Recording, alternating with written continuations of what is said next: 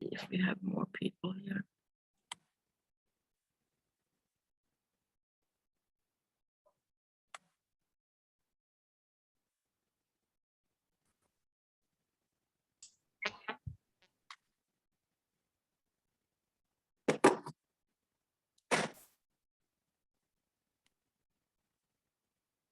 Hello.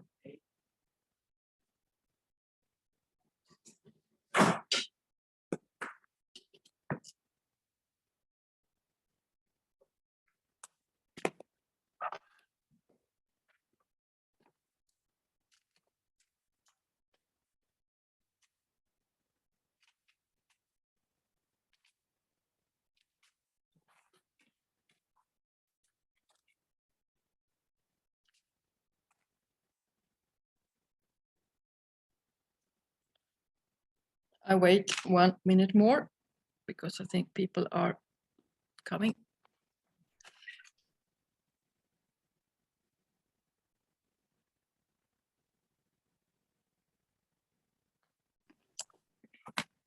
So, great to see you again and meet you again. And welcome to a new course. We will start another course calling ISMS, or Information Security Management Systems. So in this course, we will focus a little bit more about this area where we're actually working systematically in organization with these tasks around information security. So you are very welcome. There was some question just when we started here, so please take that now, I think. I mean, my question about the reading material? Yes, you had a question about the standards, or what was it? Yes, I couldn't find the standards that was linked in the reading material. The link doesn't work. When I click on the link, it says that the standard has been expired and replaced with another one. And yeah, it's quite confusing. It maybe can be that it had come some new version of it. So my suggestion is that you go to the library and then you have something called, I think it is ENAV, or it is just SIS, Swedish Standard Institute, because we have a specific site for this where we can actually go into and access the standards. Yeah, that's what I did, but I think I found one with a new version, I think, so I took it. Yeah, because it could be a different version. So when you are in this website where you actually can find the standards, you can also see the standards that are available for you. Which kind of standard was it? A number? Let me check. Right.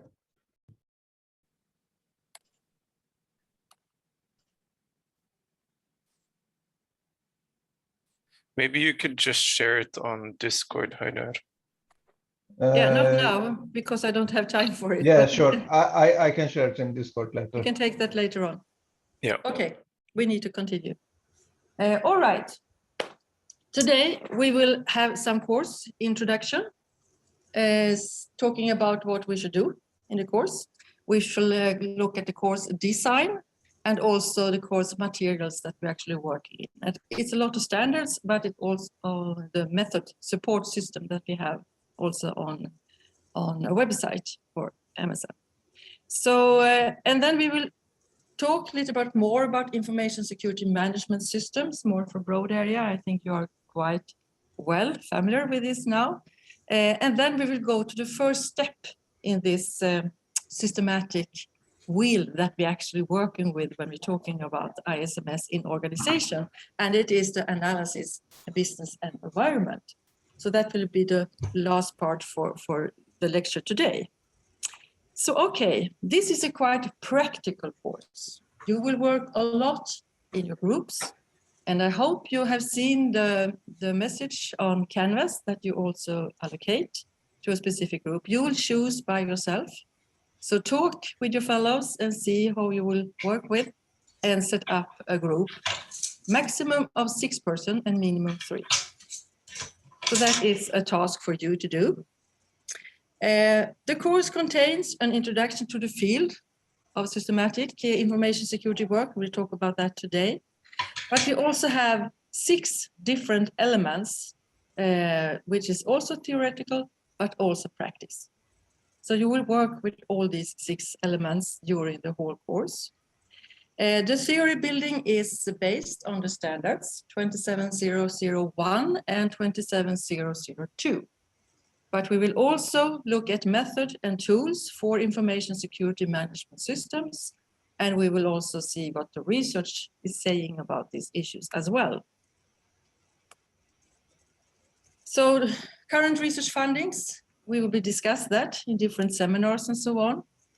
To go a little bit deeper into what we're actually doing in the field and what the research area actually says about working in this way.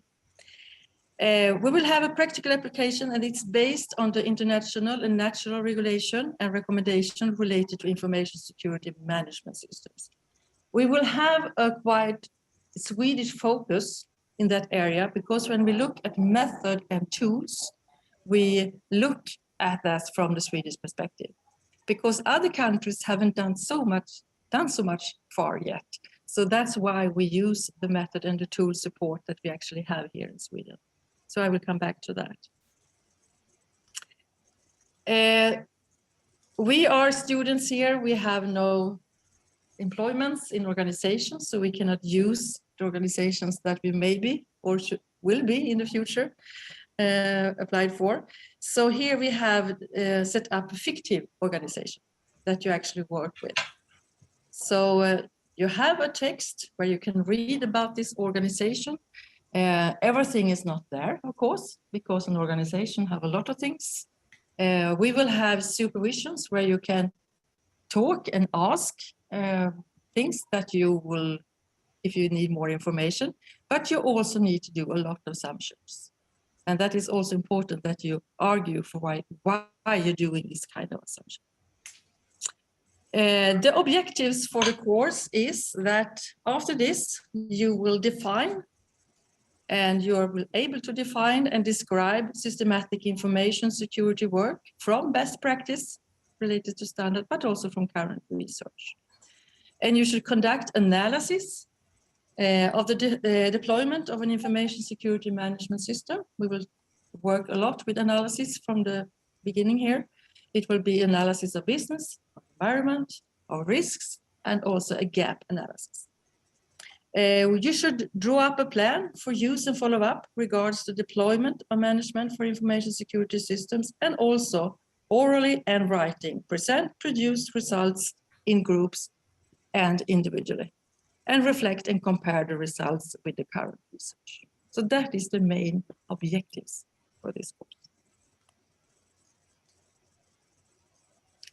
And of course, it's based on scientific basis and proven experience. We have the literature, comes from both the scientific area, but also technical reports, accepted standards, and so on, that actually are best practice in this area. And we will have lectures, 1 per week. And then we also have a supervision in the end of the week. So where we talk about today, we can be discussed in the supervision in the ending of this week.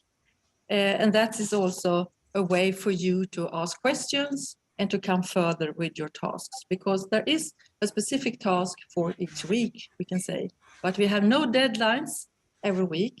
We have only 2 deadlines, and I will come back to that.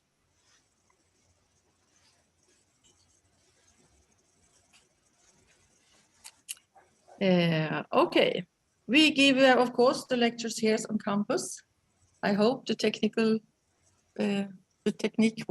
work, a good thing. But today I think it's working. You hear me good, and we can hear you also here in the room. So that's really good. So we will continue with that. But we also have other lectures. Marcus, sometimes he will be here, but sometimes he is also online, depending on his situation.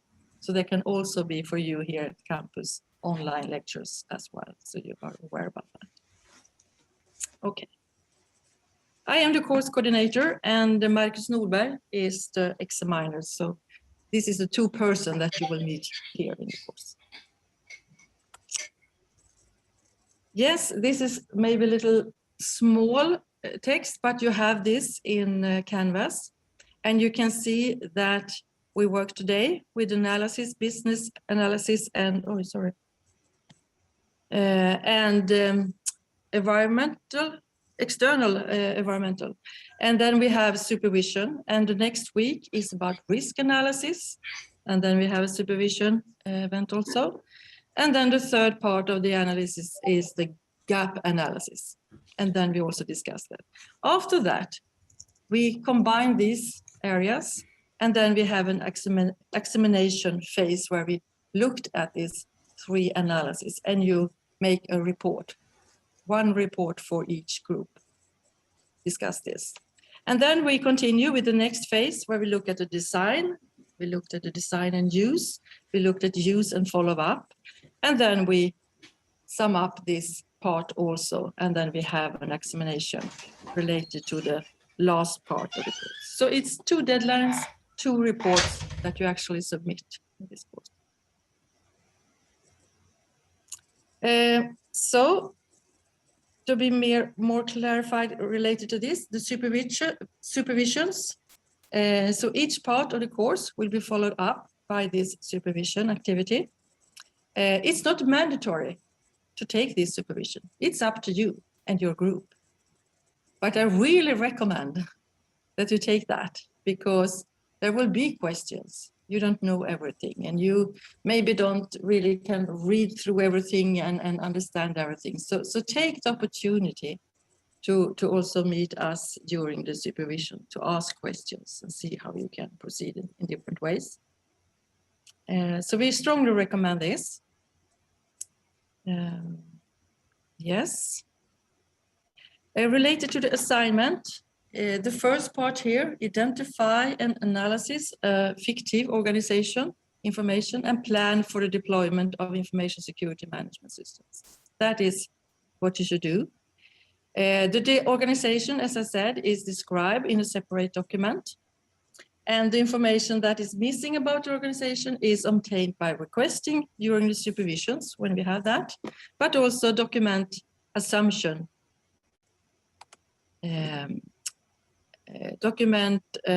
Assumptions in the student group, because I mean, if there is something that it's not there, but you can say, okay, this is an organization that actually related to the telecom industry, for instance, then you can take this assumption that they also need to have different security areas, and they have maybe different roles in the organization. So you can make some kind of assumption, but you need to document it, of course. This task, and I say it just from the beginning, is very time consuming. So don't wait to start these assignments, because today we're talking about business and external environment. So start with that, so you have good questions on Thursday, I think, when we continue and so on. So you don't wait, because there will be a lot of things to do in the end of the assignment. Question. Do Yes? we create the fictive company ourselves, or are we handed a fictive There is company? if you look at Canvas, you have Sport the model. document. Sport model, the document. Okay, Yes. thank you. Okay, we will have 2 presentation seminars that is included, and there is the examination activities. And during these seminars, each group will present their work in 10 minutes, and then we have 5 minutes for question and discussion. So it's more or less the same design that we had before. But you will also, of course,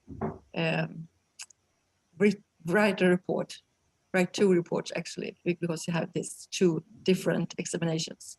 So report 1 is about the analysis, business environment, and the risk analysis and the gap analysis. And then report 2 is about the design, use, and follow-up. And I will go through this more clearly later on. So far is about the design of the course. Do we have any questions related so far to this? Yes. Can you hear me? Yes. Yes, Sure. I have two points. The first one is regarding the standard. I saw in the chat that we have it in Discord, but which parts of the standard that we will need to look at, and if they are available, because I tried to find them, but yes, you have the materials in this related to this lecture. It's in the canvas about the course. You can find the materials. But for this lecture, it is 27001 and 27002. And they are in campus now? Yeah. Okay, perfect. So, and they are available also at... Yes, as I understood now, the 2 reports and the 2 presentations are in groups, not individual. No, the written reports are in groups, so you work in groups, but we will also have some kind of individual document in the end, but we come back with that because we are updating that kind of task. So we come back to that, but we will also have some individual text saying that you also understand what you have done in the course and so on. But we come back to that. We will have a meeting tomorrow. More questions? Someone here in the room? No, it's understandable. Okay, I will continue and then we can come up, of course, with more questions later on. So, information security management systems, what is that? You are familiar now with this model, I hope so. So this is not something new, but when we talk about ISMS, and I will use this abbreviation a lot now because information security management system is very long term. So when we're working with ISMS, what is that? What kind of security control is it? Is it a control? Well, I would say no. It's more a way to actually work with this in organizations, but the ISMS by itself includes different controls. But when we look at this model, we can see that the ISMS here is what we talk about when we talk about the administrative security. We will have this formal security, internal formal security, and there we have this ISMS. We put this policy document, we set up this organization design related to information security. We also look at this analysis. That is what we're doing in the formal internal security. We make this analysis for the business, for the external environment. We look at risks. We look at the gap analysis related to all these kind of controls that actually are also here in the technical side. Because 27002 talk about both technical control and administrative control. So we are in the whole area here of security controls, but it's more a framework to actually doing this. It's a MS management system. And why will we work with this? This is pictures that you have seen before. Yes, through a systematic work on information security, organization can increase the quality and trust of their business. And I was in Stockholm last week, and we had a pod actually. I hope it will come out soon and be published. So maybe I can send a link to you also, where I discussed with MSB and Margareta Palmqvist. She is the unit director there for information security. And it's really important when we talk about this, that organization actually understand that this is not only something that actually limit organization. It's not only something that limit the digitalization. It's more an investment to actually be better, to increase the quality. And that view we need to work with and also need to understand. So people actually can see that this is something good to work with.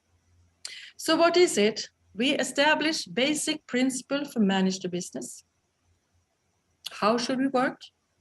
How should we actually set up this kind of thing? What are we doing in the business? What is the goal? And how can we connect security issues related to that? Create order and find out. I mean, it should be, we should know exactly where we have the information and where it is and so on, because that is what security actually is about. Create order, find out. Create a secure division or responsibilities. Who is responsible for the information? Is it a system owner? Do we have any information owner? Who should be responsible for the steering documents? Who should be responsible for the kind of technical controls that we actually implement, and so on? We need to set up this. We should focus, at least from the start, from the analysis and the work of analysis. If we will start to look at security, I mean, what kind of information do we actually have here? What is the critical information in the organization? And how should we work with that? We need to systemize the improvement of work, because this is an ongoing process. It's not only a project that you set up, start and end. You need to work with this continuously. And we need to follow up. We need to evaluate the results. We need to compare. We need to improve. So that is this ongoing process. And this is also what 27001 actually talk about.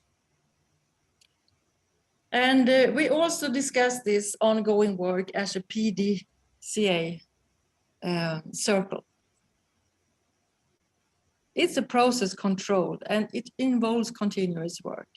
And we need this continuous improvement all the time. We plan, we do, we check, we act, and we do it once and once again.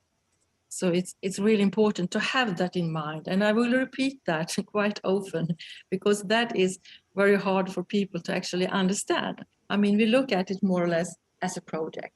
We're doing this, we're doing that, and then we come to the end, and then we think it's finished. But it's not. We need to go back and improve it. We have the standards. We have talked about that before. We have 27001 talking about what actually the requirement is for saying that we will have a security management system. The 27002 take all these controls that we may have in the organization. But is that enough? Yeah, that is what we actually have from an international perspective. But the standards, more or less, saying what to do. You should have a systematic way of working. You should do a risk analysis. You should do a gap analysis. You should do that and this and that and so on. But how should you do it? This is not so much discussed in the standards, actually. Some standards, you can find that. I mean, if you look at 27 series, the family of 27,000, you can find a lot of standards that also go a little bit more deeply. For instance, the incident management and so on, network controls and things like that. But still, it's a lot of what to do, not so much about the specific how to do it. And here Sweden are a little bit specific, actually, because what we had done here in Sweden from a national side of view is to set up this method support, that we call it, metodstöd in Swedish. And this is a great job that actually set up something that is a little bit more how, but still it's very general, because it should be implemented from each organization, each branch and so on. So of course it's quite broad and abstract anyhow, but it's a little bit more about how. And I think I have shown this picture for you before, but I think it's really good to have that in your mind when we look about this. I mean, we have these international standards. It's very much what? Very broad, very abstract, but still a good support. And from the national view we have here in Sweden, the method support, saying a little bit more how. What we're also working with is that to see how different sectors, take for instance municipalities or regions or financial branch and so on. I mean, they have their setup, they have their similar requirements because they have this common branch. So how can we take this how from a national level to make a little bit more specific for this kind of branches and support them even more? So that is also what we have been working with. For instance, here in the region of Västra Götaland, we have focused on municipalities to actually take this kind of tools that we have from the national view and support them a little bit more on that level. So for instance, if you take municipalities and the legal requirements, I mean, more or less all municipalities here in Sweden have the same legal requirements. So why don't help them to actually set up what are these requirements so they don't need to do that once and once again. But still, in the end, I mean, even if we do what we can do, via standards, via method supports and so on, all organizations need to take their part of this. They cannot only lean to standards and methods and so on, and think that they can copy and paste or whatever. They need to do their own work. So even if we working a lot, both with research and in other areas to actually come up with some support for this, the organizations still need to take this into account by themselves also. This is the method support for systematic information security work. You have it on the website informationsecurity.se, informationssäkerhet.se. And this is a good site. You find a lot of information there. It is in Swedish, unfortunately.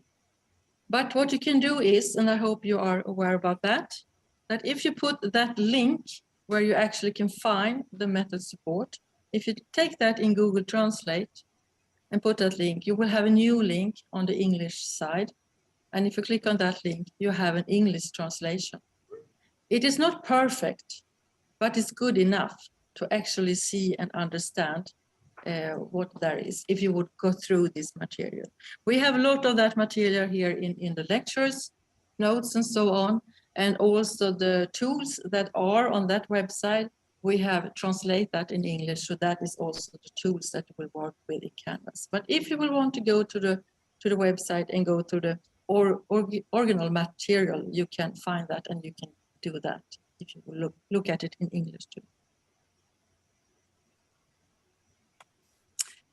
This method support continues of 4 steps, 4 parts.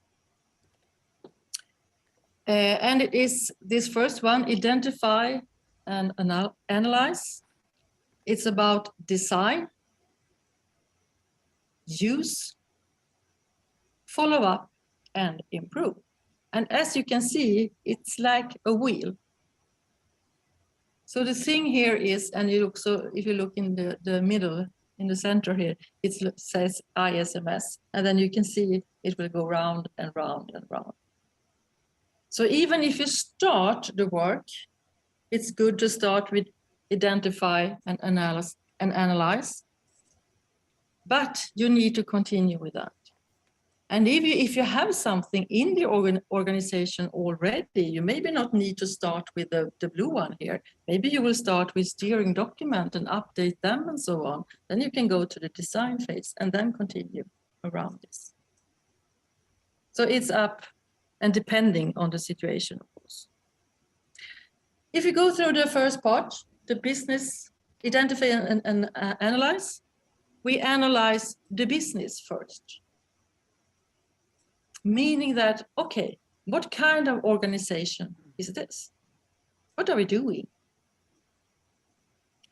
Who are the internal stakeholders related to information security? We have decision makers, we have object owners, we have employees, and so on. And what is the internal prerequisites?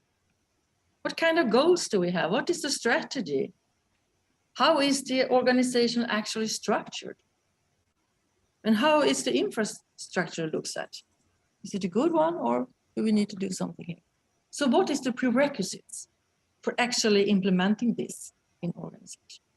We look at the business from an internal perspective. Are you with me? Yes. Then we also look at the external side and doing an external analysis. This means that we look at what kind of legal requirements do we have, depending on the organization's goal and so on. Who are the owners? Who owns the company or the organization? Is it private? So you have private owners, or is it the government? Or is it a municipality? What is it? If you look at the customers, I mean, for a municipality, it's the citizens. For a private sector, it is another customer that actually take part of their services and so on. You have suppliers that you're working with.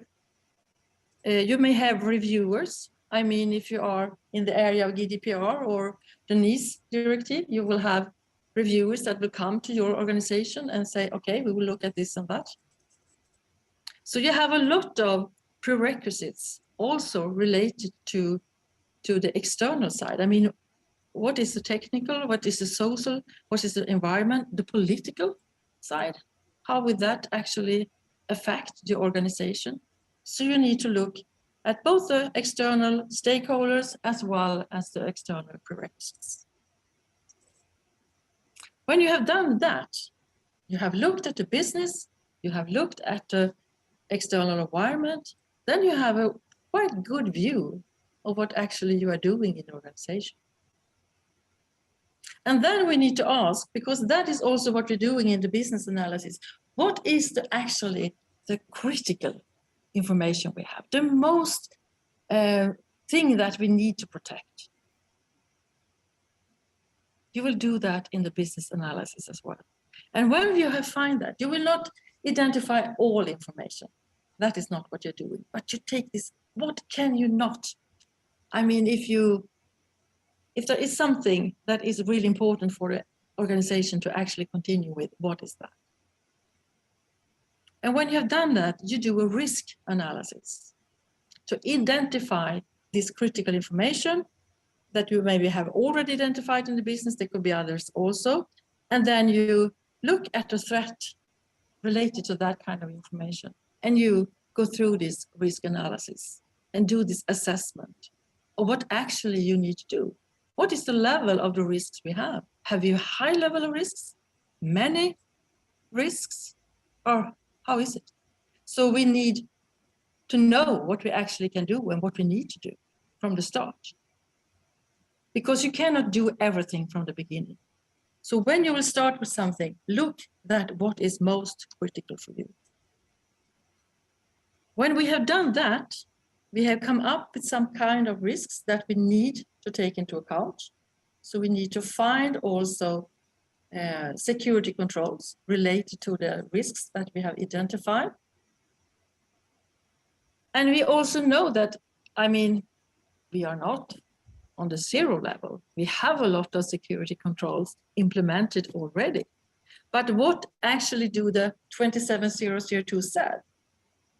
I mean, what kind of security controls related to 27002 do we need? I mean, we have this 114 controls in 27002. Is all of them applicable for us? Or should we choose?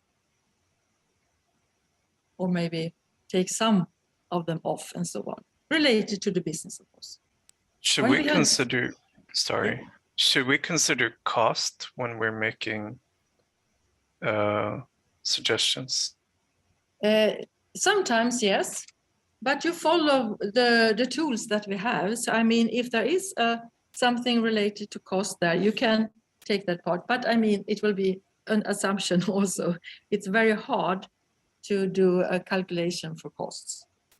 But maybe in some way to actually think about it and look at this also. Yes, of course, because that's what you need to do in the reality also. But related to the gap analysis, we look at 27002, and then we compare with what we actually have in the organization today to actually find the gap between the security controls that we have identified that is very important for us related to the standard, and then we compare with what we actually have in reality. And that is what we're doing in the gap analysis. Okay, the design phase. We talk about roles and responsibilities here. I mean, who is in charge? Have we a specific role for information security? Do we have a CISO, CISO, Security Information Security Officer? Do we have some kind of forum, advisory board or something like that related to information security and maybe also data protection? Do we have this in our organization? Or maybe we need to set up this kind of organization. Who is information owner? Have we these kind of roles? Who is the system owner? And so on. That is what we're talking about in roles and responsibilities. We also look at the goal for the information security work in the organization. Should we maybe have a goal that we will have this ISMS implemented in 3 years? Is that a goal? Or should we have a maybe longer space? So we said it will take 5 years. Is there other goals we need to start with and so on? So we have both long-term goals and short-term goals. And then we're looking at the governing documents or steering documents. Do we have an information security policy in this organization? If we have, okay, then we maybe need more guidelines, instructions, and so on for different areas, password policies and so on. So this is also something we need to go through and see about the steering document. And related to what we have done in the analysis phase, we have the risk analysis, we have the gap analysis. We also need to do an action plan related to the goals that we have set up. And also included in this design phase, we have the classification model. Because when we identify information, we need also to classify information. We need to put a value on that. Is it critical for us? Or is it maybe public? So we can do it, we can present it in a different ways. It's maybe not so important to protect it, but we need to have it available maybe. Rose-Marie? So yes? Sorry.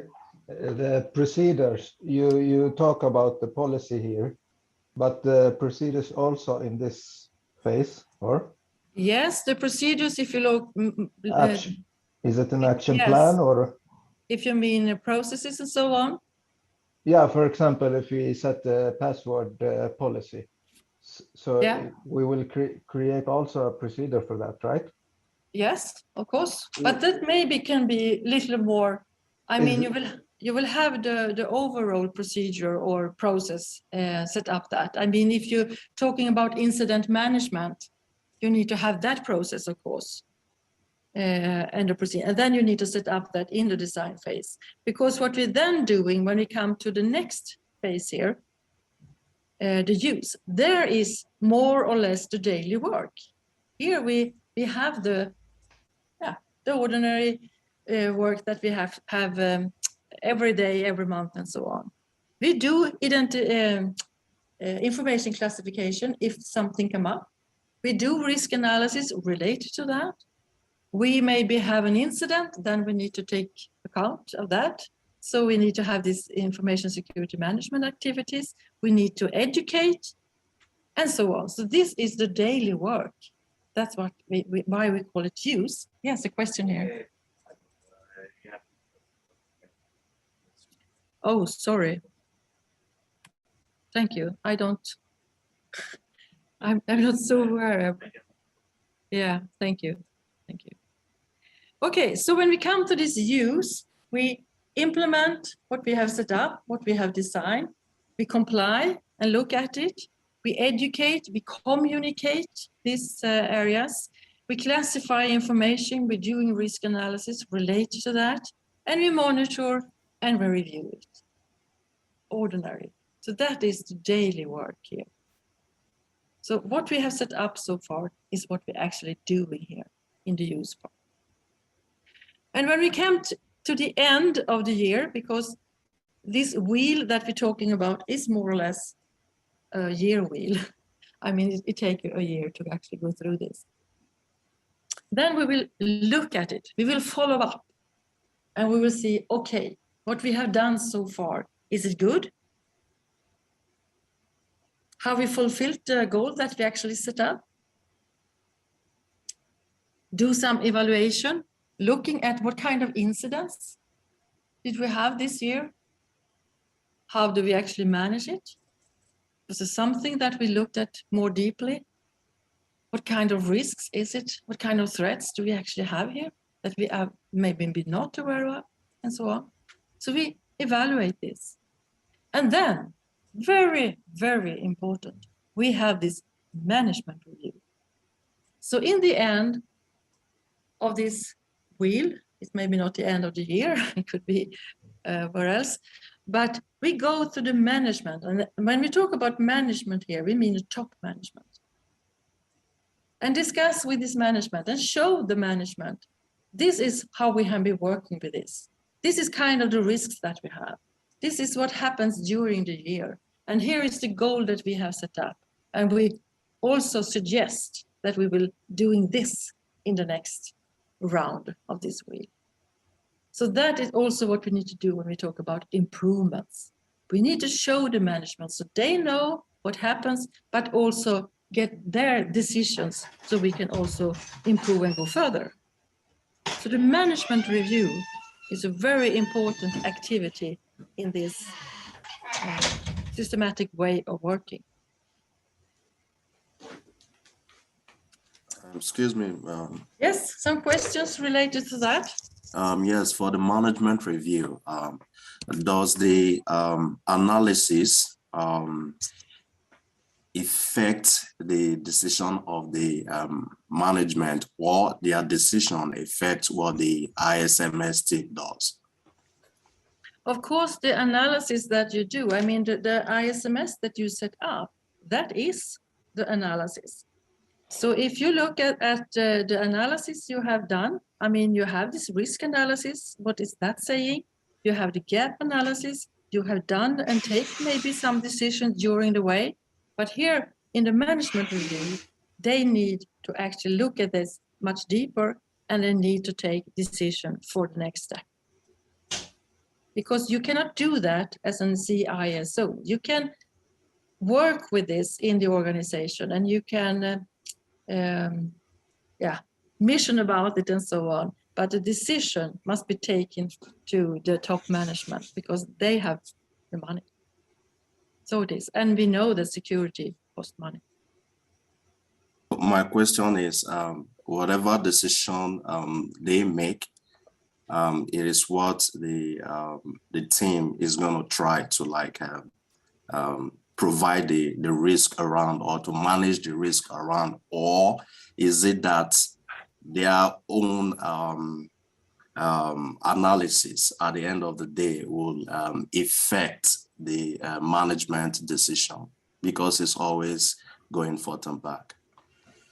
Yeah, of course. And I mean, even if we talk about that you should talk to the management at least 1 year, of course, it's very good if you can have a continuing discussion with them and come back to them maybe more often than just one time per year. So, I mean, you need a lot of decision also during this round in the circle. Because when you come up with this action plan, I mean, you need a decision there too. Is that what do we prioritize in this area and so on? So of course it is you go back and forward to discuss this. And I mean, the reality is more often that you want to do things in the organization and you see the need for it, but the management say we cannot do that. Not all of that. We need to prioritize, and we prefer these 3, 4, whatever it is, activities to do next year and so on. So of course there will be contradiction, and you look at it in different ways. I think that is the normal way it works, more or less. Yes. Okay, I think we take a break here. We take 15 minutes, is that okay? And then we continue to go a little bit deeper about this, related to this business and external environment. Okay. Do a sound check once again. Can you hear me online? Yes. Great. But now we don't hear you in the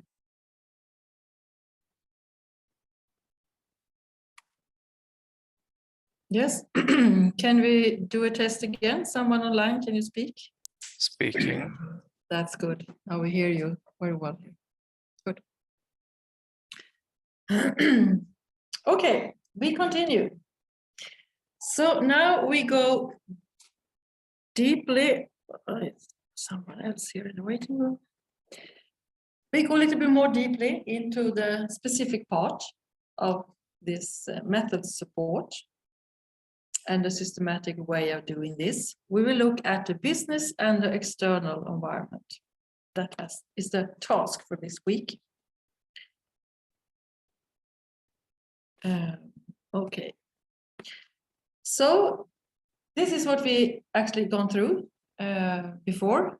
And what we will focus now is on these 2 parts of to identify and analyze business and the external environment. So we will look about the internal stakeholders, the internal prerequisites, and the internal most critical information. It's 3 parts. And in the external area, we'll also look at the external stakeholders, the external prerequisites, and the legal requirements. So it's 3 subparts in these 2 areas. Okay, we start with the business analysis. It is, I mean, when you're doing a business analysis, it's more that you take the glasses on and look to your organization. You have an internal perspective. I mean, when you should do something, it's not only when you're working with information security, I mean, it's more or less everything. When you should do something in the organization, you need to actually know the organization. You need to actually see, what is this? What kind of organization is it? What are the goals that we have? What should we do? What kind of prerequisites do we have? What kind of internal stakeholders do we have, and so on? So you need to take the glasses on and look in the organization. And sometimes you think you have the view already. But the fact is that when you take this systematically, 1 part by each part, then you will see that there are a lot of things that you don't know. Because an organization have different areas, different units, and they're working with a lot of different things. So the request and the requirement for at least information security would set different perspectives on this, related to what part of organization it is, of course. So you focus on the internal perspective, and you do analysis related to the internal stakeholders, the internal prerequisites and conditions, and also information asset. What is the critical ones?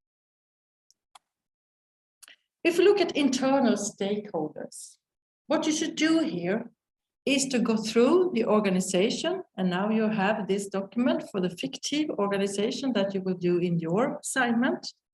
You go through the organization and think, okay, what kind of internal stakeholders do we have here in this organization? Who is responsible? Who is the decision makers? Who is in charge of the technical side of it, the infrastructure we have, and so on. And a big question here, or a statement is, when you look at the internal stakeholders and also when you look at the external environment, you should ask this: what actually affect or are affected by the organizations, how the organization manage information security? I mean, there can be something that you do that actually have an impact on the employees that also have an impact on information security. I mean, if you set up a lot of hard passwords requirements and so on, it will have an impact on the stakeholders, and it will also have an impact about information security, because maybe they will not do it if it's a very hard control. But also, if you have something that happens in the organization, you will buy a new system, for instance, or you will implement a new system. That will also affect information security in organization. So you need both what are doing that actually affect and what happens to also affecting information security. So you need to look at it in different ways. And this is more or less the same during this analysis side. Question? Yes? I'm not sure if it's that we will take this later or not. Related to, for example, now if I look at information security and, for example, software development, and when you look at the way now, for example, with agile and safe, etc. So it's now the positioning and who is the owner is a bit switching, right? Mm-hmm. Because the manager is more of managing resources and the product owner is the one owning the technology. Is this affects that way, or who owns what? Of course it is. And I mean, maybe the organization, when they set up this, they maybe don't think about it in that way. I mean, we have product owners, we have system owners. What is the charge of that part? The system owners, and what is the product owners? What do they do? And do they interact in different ways?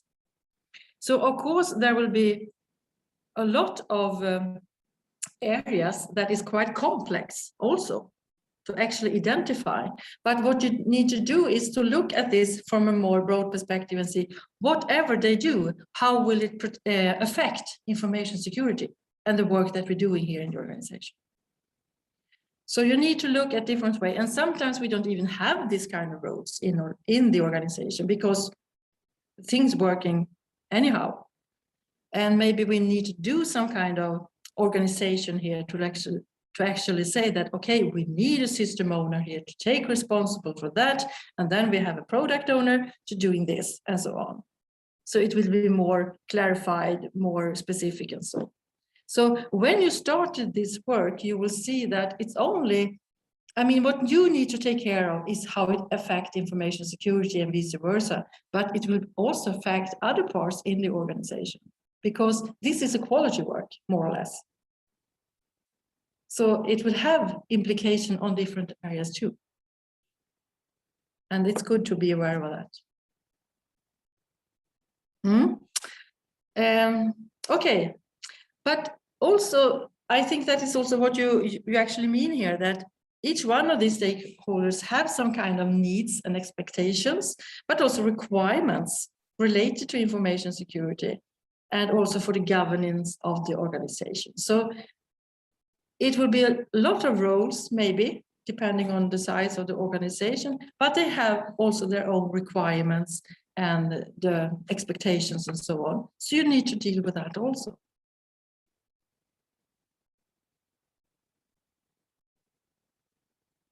Yes, so what you're doing here is to identify the stakeholders in the organization. And we have a tool for that, but I come back to that. Here is something that you need to look at. The tool tries to categorize this also. I mean, we have a lot of rules in the organizations. For instance, we have decision makers. Who is that? It could be, for instance, the board, if they have that. It could be the top management. it could be the chief enterprise officer, it could be the finance manager, and the HR manager, and so on. Who is the decision makers here in the organization? Identify them and set up this role. And what kind of requirements or role do they have? What do they decide upon that actually affect information security? Or is it something else happens that actually affect them related to information security? Another part here is the object owner. It could be process owner, it could be information owner, it could be the system owner, and as you mentioned, the product owner, and so on. Could be many kind of roles depending on the organization. In what way do they have requirements related to information security? We have support units. That's another category. We have the IT department, we have the HR department, for instance. In what way do they have requirements in organization related to information security? We have co-workers, employees, consults, and so on. We need to look at them also. What kind of roles do they have? And we also have, of course, information security by itself. We maybe have a CISO, or maybe we not, but then we need to take that account later on. We maybe have an IT security officer, and we maybe have a chief security officer from the more broad sense of security. So this is what we need to look at. And we have a tool here, is related to the method support that we actually can do. This is an Excel sheet, very simple. We call it tool, but it's a very simple tool.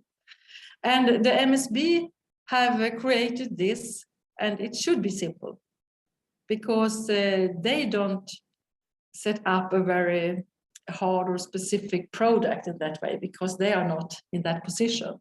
I mean, if someone look at this, oh, here we can make money and we can do a very, very, excellent product relating to this, everyone can do that. And then you can sell it and so on and earn money on it if you want to and set up a consulting company, whatever. But that is not the objective for the MSP. They just try to see you can do it in this way. This is a way to actually manage this. So this is a simple tool, Excel sheet. And then you have this category and you can, in another slide or sheet, set up these different categories related to your own organization. And then you can use these arrows and so on, and then you can make the choose related to this. So it's quite a simple Excel sheet. But here you working with related to the organization that you look at and see what you can find out. So the starting point in the table is this category. And what you do here is to identify them and you discuss the role. In what way do they affect and are affected of information security and its governance related to the organization? For instance here, the CEO or the board or whatever it is. You mention the role, what kind of role they have, and then you look at the requirements related to what affect them and how they affect their work. You identify the needs, expectation, and requirements, and you do that with discussions, with meetings and interviews with people in the organization. And here you don't have the people when you look at this. So you need to go through the documents, but you can also ask questions, and we can take the role of, the top manager or whatever the people are in that organization that you want to discuss that. And that is what you can do during the supervision to help you. But you need also to take assumption that we said before also.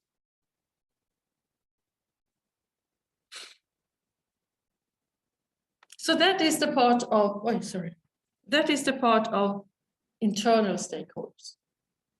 And then we go to the internal prerequisites. So what is that? Well, you have different prerequisites in your organization. You cannot do whatever you want. You have strategies, you have goals, you have a specific infrastructure that you're working with. It's maybe bad, but that is what you have. You have other kind of issues that you need to take into account. And you also need to document this kind of prerequisites. So what could be here? Well, the policy documents, objectives, strategies, as I said. You have business management, what do they do? The organization structure could also be one part of this, depending on how the organization is in the structure of the organization is. And here is one very interesting thing. How is the organization culture? Have they been working with security before?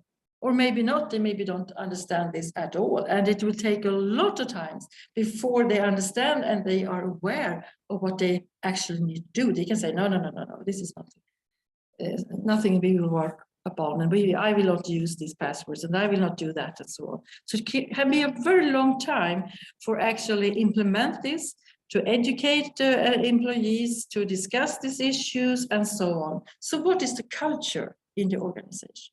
I mean, if you look, for instance, in the healthcare area, they have a lot of good security and privacy culture in that way, that they know that they need to protect the patient information because the patient information is really sensitive. They have that in their mind since many years ago. But when you look at it from the technical side, and when we digitalize these areas, maybe they are not so aware of what they do and what they can do and not do. So it's really important to see what is the security culture in the organization. That is one of the prerequisites, actually. What kind of business processes do we have? What is the main processes? And of course, the resources. Do we have a lot of money? Can we do whatever we want? Or have we some kind of limitation here? And what is the standards, guidelines that we're actually working with? I mean, if you are a government authority, then you have a lot of guidelines and standards and strategies that actually already are something you need to look at. So that also one part of this prerequisites from the inside. How is the competence in the organization? Do we have enough competence related to security? Or do we need to recruit? The communication, how do we communicate with the employees within the organization, between the units, departments, and so on? How will that affect information security? The infrastructure, is that good enough? Do we need to, and how will that affect information security and vice versa? So there are different internal prerequisites actually to deal with here. And you have in this tool also a sheet for this. When you look at the prerequisites, so you use that in the tab 2. And here you also have the categories. You have the prerequisites that you explain. You have the description of it, and also that you try to explain the requirements and how it will be affected and not. So you take that also as a part of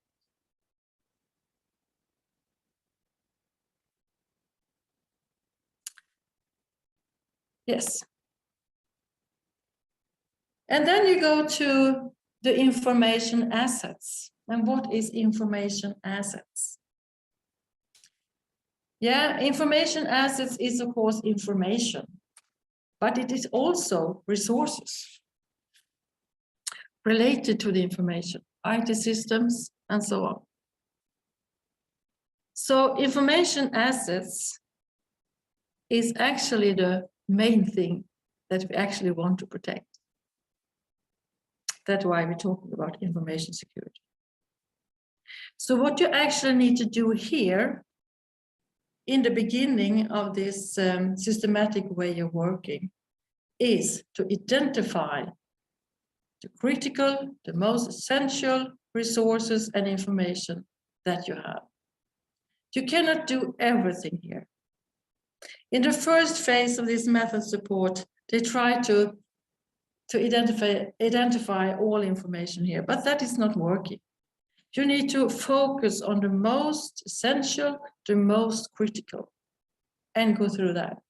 And then you can add more information later on to identify. So what is the most critical? And one way to do this is actually to ask the management and say, okay, what happens? What kind of information can you not, if you not have that information, and that will actually impact your way of working in a very deep way? What is that? So basically, you go down to the different departments and ask them, what is your critical information? And then you kind of weave a grander image, yeah? Absolutely. And you should do that too. But I mean, if you look from a broad perspective and you will find some specific one, maybe that department have one view of it and another department have another view of it. But of course, they also have this critical information they need to look at. But if you look, talking to the management side and see what they said, it's really important because they also need to be aware of what actually is the most critical information here. So you need both. You need to work top down and you need to work bottom up to actually find this critical information.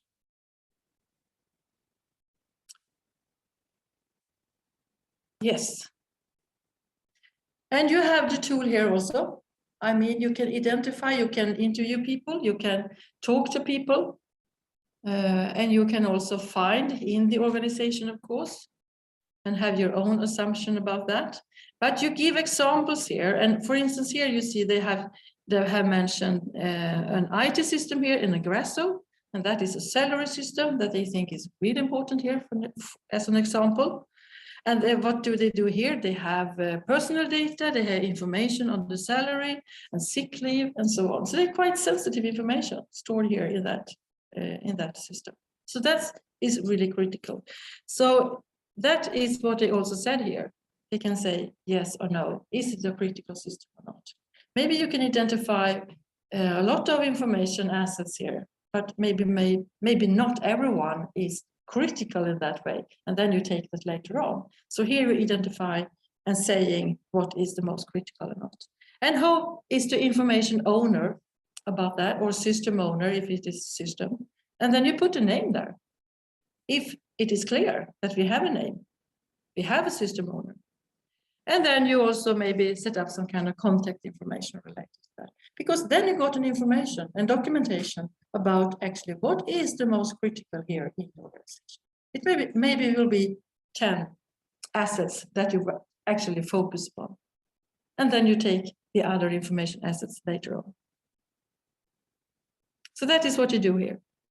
And you document this. You get an ID on that information assets. You set a name on it. And you describe that kind of information. And then you also look at what is it? What kind of information is it? Is it personal data? Is it another type of information? It may be research data or whatever. Is it critical? Yes, no. And who is the owner? And also maybe some contact information. And that is what you do when we talk about this business analysis. It's 3 parts.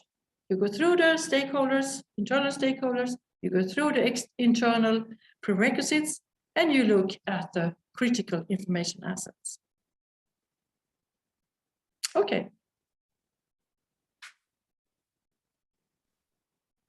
And then we'll leave this part, internal part, and then we go to the business environment, the external environment, sorry. And it's quite similar, actually. Because what we have done so far is that we take this internal perspective, glasses on the internal side. Now we look at the external side, but still quite close to the organization. So what you're doing here is look at what is actually outside the organization, but that is very important for us. I mean, we have some kind of direct or indirect control here, and that will affect information security or are affected of it in different ways. So here we talk about external stakeholders. And who is that? I mean, it could be many. So we need also to limit it in a different ways. It could be persons, groups, organizations outside that we work a lot with. It could be, different people or organizations or units and so on that affect us in different way related to information security. And each one of these stakeholders also have their needs, their expectation, requirements, and so on. I mean, if I am a customer, I really have expectations on the company that I actually buy something from or so on. And many people that have some kind of relationship to the public sector, they expect that also that organization have taken the security and privacy protections in a good way, so they can actually, I mean, they protect my information. They expect that, but we can see by different research and other investigation that it's not always that when we look at it. So we need to have that in mind too. They have needs, expectation, and requirements. So what we're doing here in this analysis is to identify the stakeholders and their demands and influence, so we can see that how it will be affected our way to work with information security. Here are some examples of external stakeholders. It could be the owner. Well, is that not an internal stakeholder? Yes, it could be, but it could be an external too, if you're a private company, for instance. It could be, of course, the customer. Customer is always, depending on if it is a citizen or if it's an ordinary customer, but they are really, really important for the organization. So they is very, very important people to look at. The suppliers, of course. And also if you're looking and you manage personal data, and maybe you have suppliers in that way, you also need to have requirements on them. So it will be affected in different ways.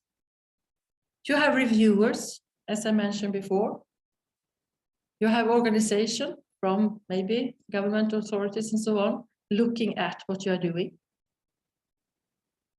If you are certified in different areas, you have also reviewers looking at that. How will that affect information security in your organization? You have also competitors. I mean, you are not alone. And if you work with information security in one, maybe you improve your competitions in that way. So you can maybe be a better one. And then you maybe see also what the others do. So that will also affect information security. And also the public. Even if you are a private company, you have some kind of value for the society. So that will also in some way affect it.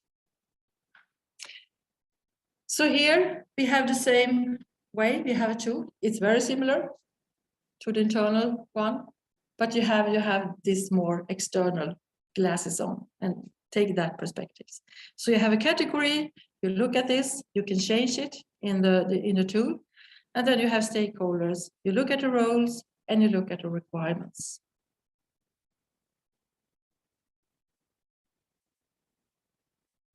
In the same way, we also look at the external prerequisites. And here it refers to, for instance, legal requirements. That's a specific part of it.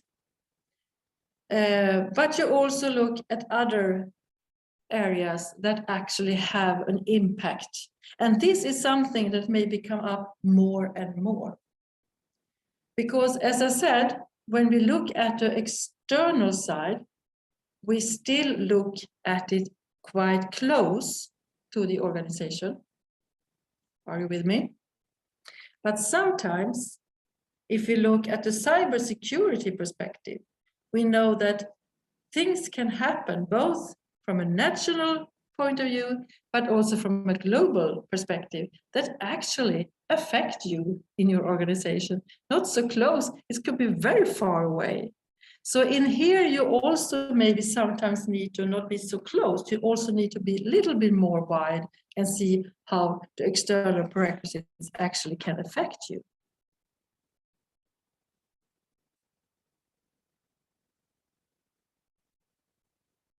Yes. And here are also some examples of what these external prerequisites could be.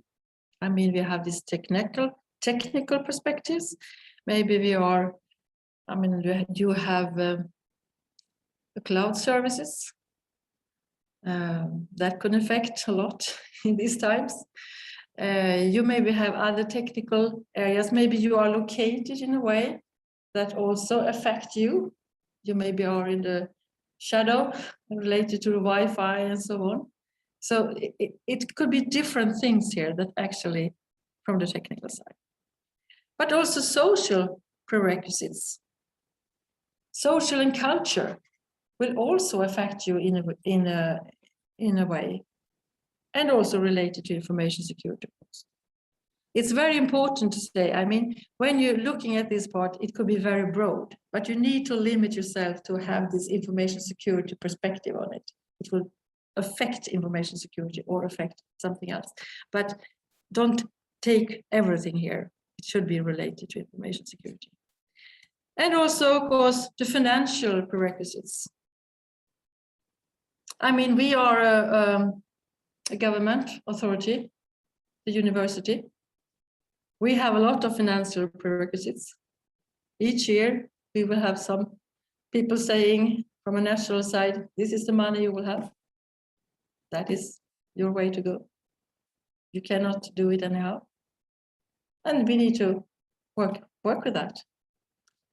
So, yes. Question. So should you actually analyze things that you cannot control? They're like outside the company control. For instance, like if the DNS root servers are attacked, that's something that's obviously outside the company's control that will affect the company. Yes. Yes, you cannot control it, but you need to take account to it. You need to look at it, and you need to do risk analysis related to this. If something happens, because that, as you said, if we don't have control over it, what will happen if something actually are related to that services or whatever it is? How will you do it in your organization? You need to look at it, because that is a prerequisite that is very, very hard for you to say something about, but you need to deal with it. Because there are a lot of things that actually affect you in your organization and also affect information security. So in some way you need to look at it. And even if you cannot do so much, even if you still will have a high risk, and maybe you cannot get it lower in different ways, you need to document it. You need to be aware of it, because if you are that, so when you're working with the continuing management, you will also need to look at that, because if something happens, what will we do? I mean, take for instance that happened Coop this summer. That was something they couldn't deal with. It was out of their control in different ways. But when it happens, they were there. How should we do? What should we actually proceed here? And since they have this kind of continuing management, they know actually what to do in different ways.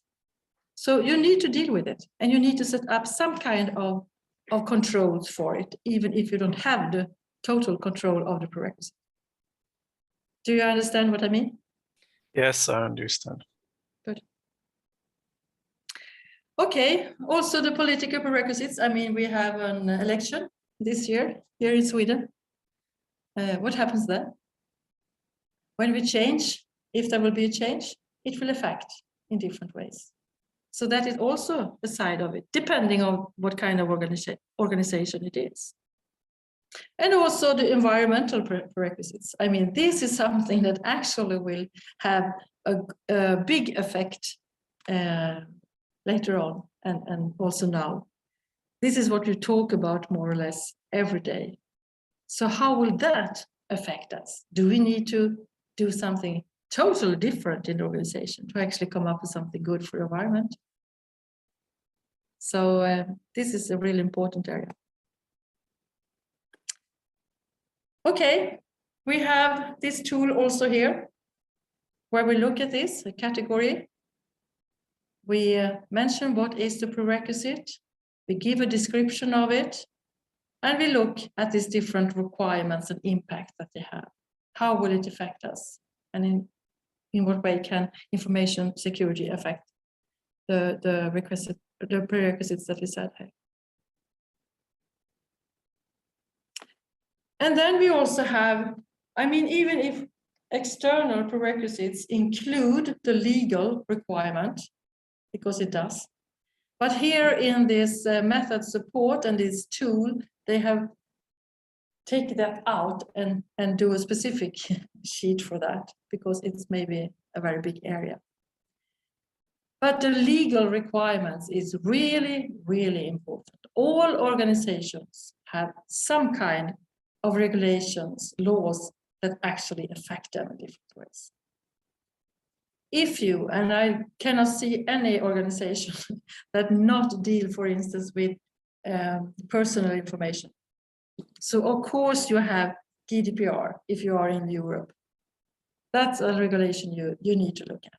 Are you in the healthcare area, you have many regulations and laws you need to take care of. So here is a very important way to look at this. And this is not easy. And what we said here also, that if you will work with this kind of things, you also need some kind of legal competence here. Because what is the requirements? And that is also a reason why we have looked at this from a more branch level to see how we can maybe improve the support more. Because for different branches, it is more or less the same legal requirements. So here we can also help in that way. And you have that also in your tool. Sorry. Yes, and I said here also that it's depending on, it's the different requirements for different organizations, depending on the type of organization or what it is, of course. So you need to work with legal expertise to actually find this. We don't have that in this course. So what you need to do here is to give some examples of law and regulations that actually could be applicable for this kind of organization. And then you see what mentions some of the requirements for this company that you work with. The legal side quite commonly clash with what you as an organization might want to do as well, right? Oh, yes. For instance, like if you're a municipality and you buy a new firewall, you actually have to account for like what you use the public's money for, but you might not want to broadcast it. You bought a new firewall for this much money to, Yeah, sure. I mean, if you look at the Security Act, for instance, if you're working with information that is critical for the critical society, it's critical for society, and then you need to do a lot. I mean, they have actually very clear information. If you have that kind of information, you need to have this control, and it's not depending on if you can afford it or not. If you're working with this kind of information, you need to have that. So sometimes it's really hard for organizations to actually live up to all these kind of laws and regulations. So it affects information security a lot, I would say. I have a question related to that. I work with cybersecurity and safety, but for example, in safety, you as a manufacturer or as a service provider, you cannot come and say, okay, it's not safe, but I cannot afford to make it safe, so I will leave it unsafe. Hmm. Is this the same also for cybersecurity or information security? Yes, of course it is, if you can find that it will have some kind of effect on it. I mean, if you do things or you don't do things, of course you can work with that for a couple of times, but in some way you will have, if nothing happens, then you're lucky, of course. But if something happens, you need to report it. And when you report it, and if you don't have work with it, and you can say that you have at least looked at it and have a plan for it. For instance, take GDPR. I mean, we have a lot of organizations still that have not worked with GDPR regulations in that way that they should. And if there will happen something that actually will give the EME, the Data Protection Board, reasons to actually do a review of your organization. And they find that, okay, you have not looked at this at all, that will give you a big fee.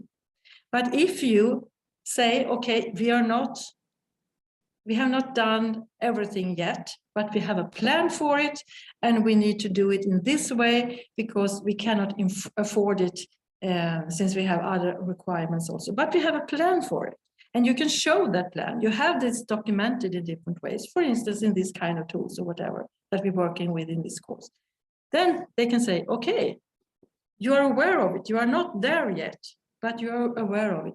So in that way, they will also take that into account when they do their assessment. And maybe you will have so much fee, maybe a little, but not so much. But okay, I'll just try to be quick. So, for example, okay, how does it work here? For safety, it works that if something happens, then they will come and check what did you do. But do you have in information security something like a regular assessment that some legal entity will come and do against you? That's number one.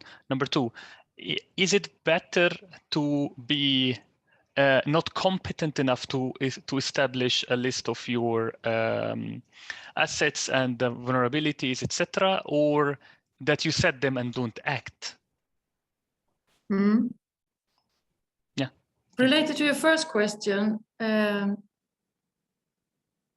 it depends on what kind of review organization it is and what they actually want to review. Sometimes I have the feeling that the most governmental reviewing and inspections board and etc., they only review things when something had happened and when they got some kind of what do you say, anmälan, request or whatever. So there it could be things that will not be reviewing also, of course. But there are also organizations, I mean, if you're in the financial sector, they have regularly reviewing activities. So it depends on, of course. The last question, I don't remember. Take it once again.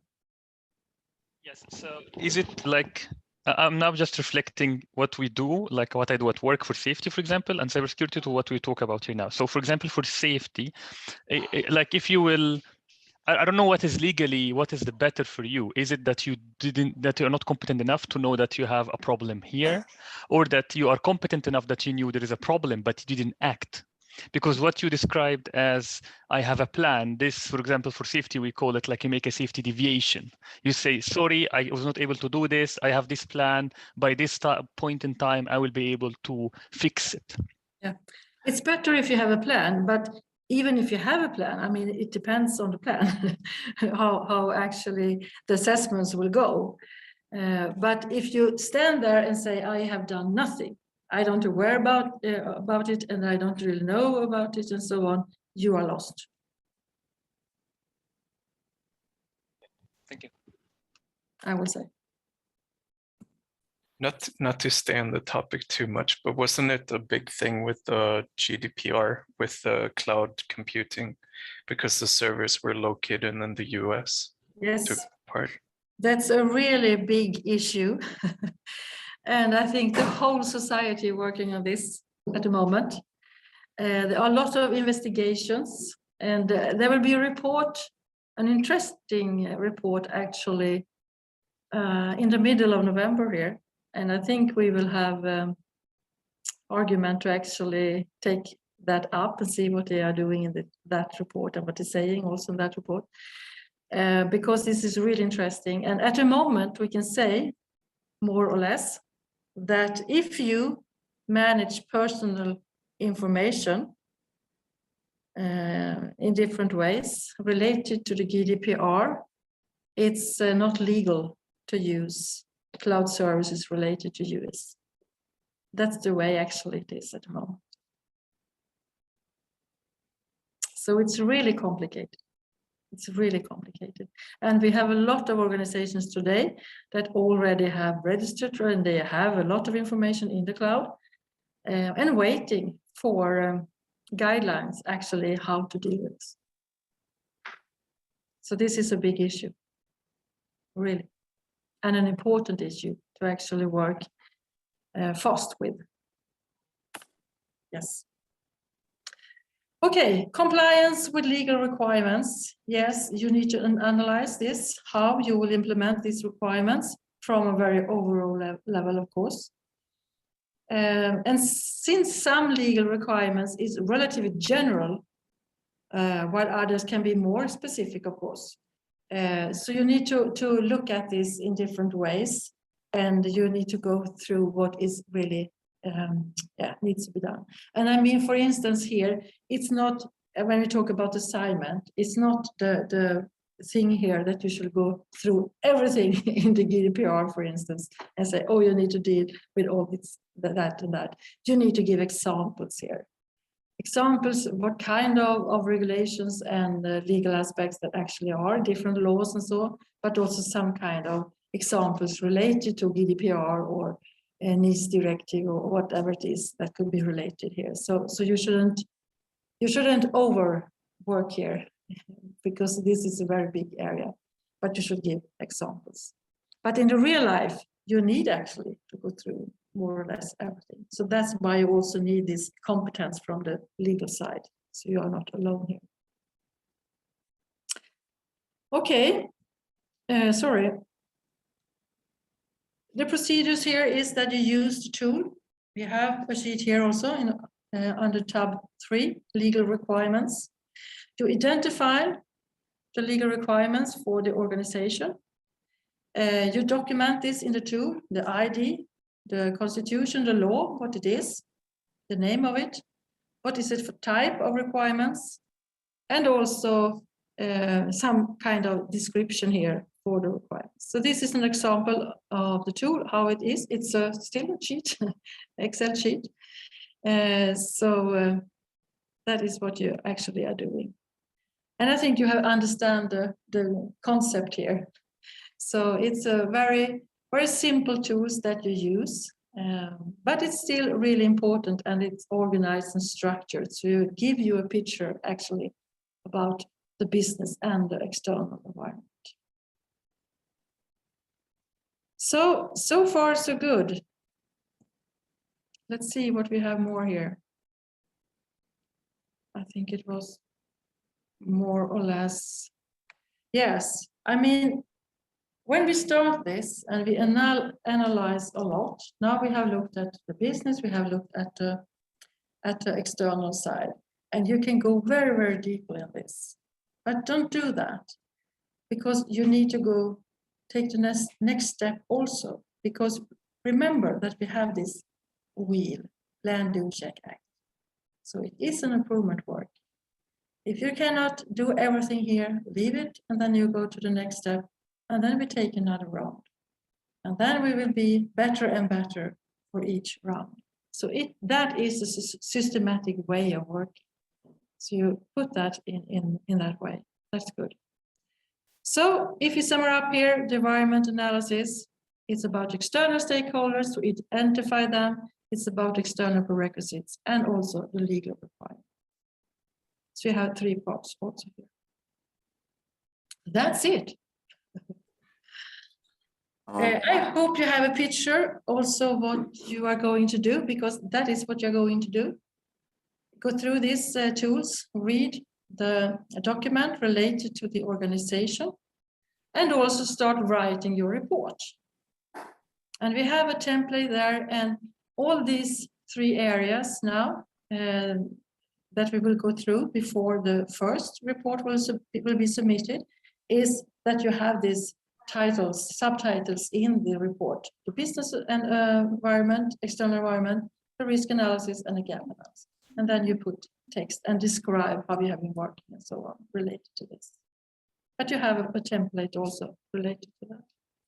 Okay, some questions. We are over time now, but Excuse me, Rose. yes. Yeah, out of curiosity, so I was looking at information security risk management. And then from our discussion today, I found out that it's almost the same thing as ISMS. Is it just the name differences, or they are different or the same? I mean, risk analysis and risk management, yes, in some way it is. What you're doing in risk management is that you identify the information assets. But you have not done, for instance, the internal stakeholder, the internal prerequisites. In that way, you look at the context, yes, but very briefly. And it's not an ISMS, because what we will go through next week is the risk analysis. So that is the part of it, but then you have the gap analysis. And then when you go to design, when you also set up the steering documents, the organizations, the goals and so on, that is what we not take into account in the risk management perspective. So it's different things. It's a part of ISMS, I would say. Yes. Okay, set up your names in the groups. So we have the groups completed tomorrow, I think the latest. And then you also have the opportunity now to also set up and sign up for the supervision on Thursday and ask questions and so on. And then we will continue with risk analysis next week related to that. But we see you after lunch also. We could start another course. So far, so good. Bye.